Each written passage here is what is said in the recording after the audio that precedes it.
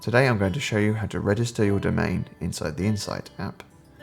Bearing in mind, to do this, this needs to be a domain name that you own and have access to adding our one-line tracking code. First, let's install our domain.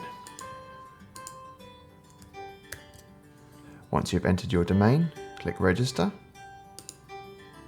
Great, that's telling us that that has worked. We can now get our one-line tracking code. You want to copy this code over. Okay. You'll see it's added our domain, but it's currently being shown as inactive. This is because we have not yet added the one-line tracking code. So let's head over and add the tracking code. Okay, as you can see, I've now hopped over to our website editor. We can now enter our one-line tracking code.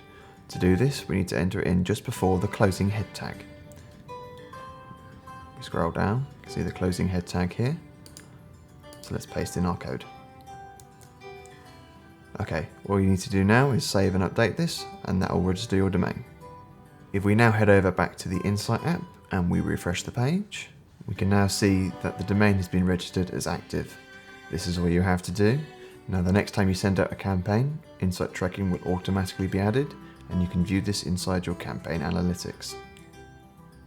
You can add as many domains as you like, and if you wish to delete a domain, simply click the trash can and remove domain.